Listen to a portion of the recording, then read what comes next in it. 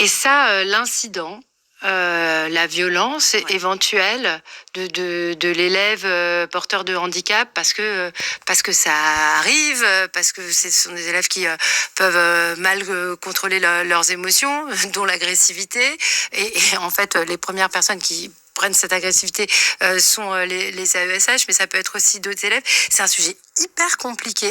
Je me demande comment ça se passe dans les autres pays, parce que c'est vraiment un point de tension dans l'école française, l'idée que ces élèves handicapés dérangent les autres, et que le métier le boulot des AESH, ce serait qu'ils les dérangent pas trop, Frédéric Grimaud. Oui, tout à fait.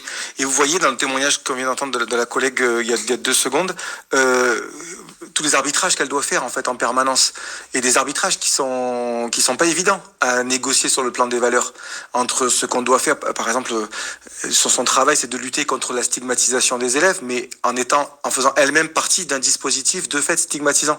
C'est ce qu'on appelle les injonctions paradoxales qu'on envoie à des travailleurs. Alors tous les travailleurs font des arbitrages, mais je trouve que j'ai observé de nombreux travailleurs, puis je travaille dans un laboratoire avec des gens qui observent le travail, et effectivement les AESH, c'est extrêmement saillant, cet aspect-là de leur travail, de devoir en permanence arbitrer sans jamais vraiment savoir si elles ont fait du bon travail ou pas, au regard de quelle valeur est-ce qu'on parle.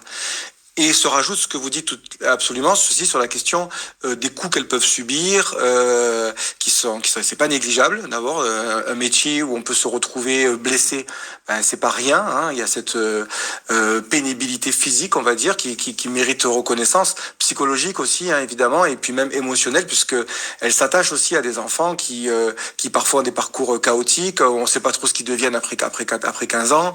Quand on est à l'école primaire, elles savent pas trop ce qu'ils vont devenir après. Donc il y a tout cet engagement-là qui rend leur pénibilité accrue, et à mon avis ça mérite une très forte reconnaissance de ça.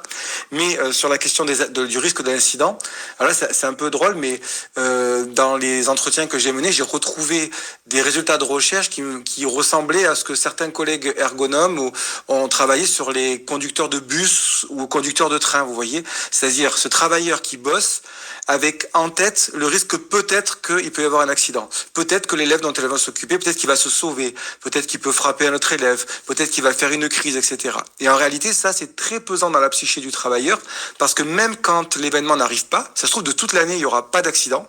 Il n'empêche que elles doivent travailler avec cette idée que peut-être ça va arriver. Et du coup, ça leste leurs arbitrages, et ça crée une pression constante sur le sujet.